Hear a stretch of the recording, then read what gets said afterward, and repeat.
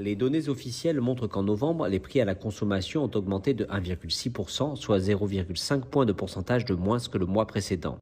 Le taux de croissance en glissement annuel des prix à la consommation en Chine en 2022 a été inférieur à l'objectif annuel d'environ 3%. La croissance annuelle de l'IPC, qui enlève les prix de l'alimentation et de l'énergie, a fluctué dans une marge d'environ 1%. Lors d'une réunion tenue au début de décembre par le bureau politique du comité central du PCC, les dirigeants chinois ont souligné dans un résumé de travail économique de cette année, les prix sont fondamentalement stables, la sécurité alimentaire et énergétique, ainsi que les moyens de subsistance de la population sont effectivement garantis. Le gouvernement chinois introduit une série de mesures visant à renforcer la fondation de la production alimentaire. Par exemple, le gouvernement central a octroyé un total de 40 milliards de yuans de subventions pour apaiser l'impact de hausse des prix agricoles sur le coût de la culture des céréales cette année. La réserve centrale de viande est également insérée au marché pour accroître l'approvisionnement en viande afin de stabiliser les prix.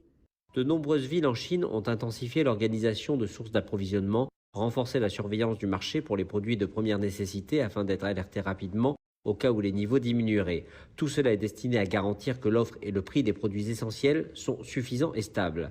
Les données officielles montrent que la hausse annuelle des prix des denrées alimentaires a baissé durant 2 mois consécutifs et la croissance de novembre a chuté de 3,3 points de pourcentage par rapport au mois précédent.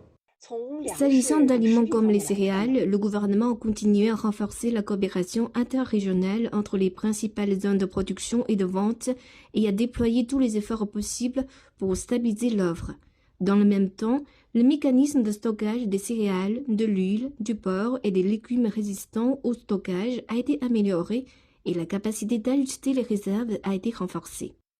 Les prix stables en Chine reflètent pleinement la résilience de l'économie du pays, la grande échelle de son marché, ainsi que la force et l'efficacité des mesures gouvernementales visant à garantir la stabilité de l'offre et des prix, selon des experts du secteur.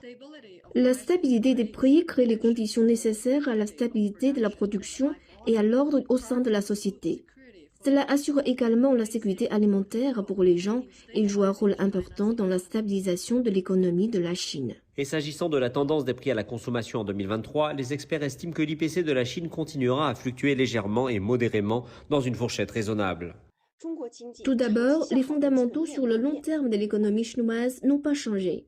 Le système industriel demeure résilient et le marché a un grand potentiel qui peut couvrir et désamorcer les chocs contraires. Le deuxième point est que la Chine fournira un soutien plus fort et de meilleure qualité à l'économie réelle.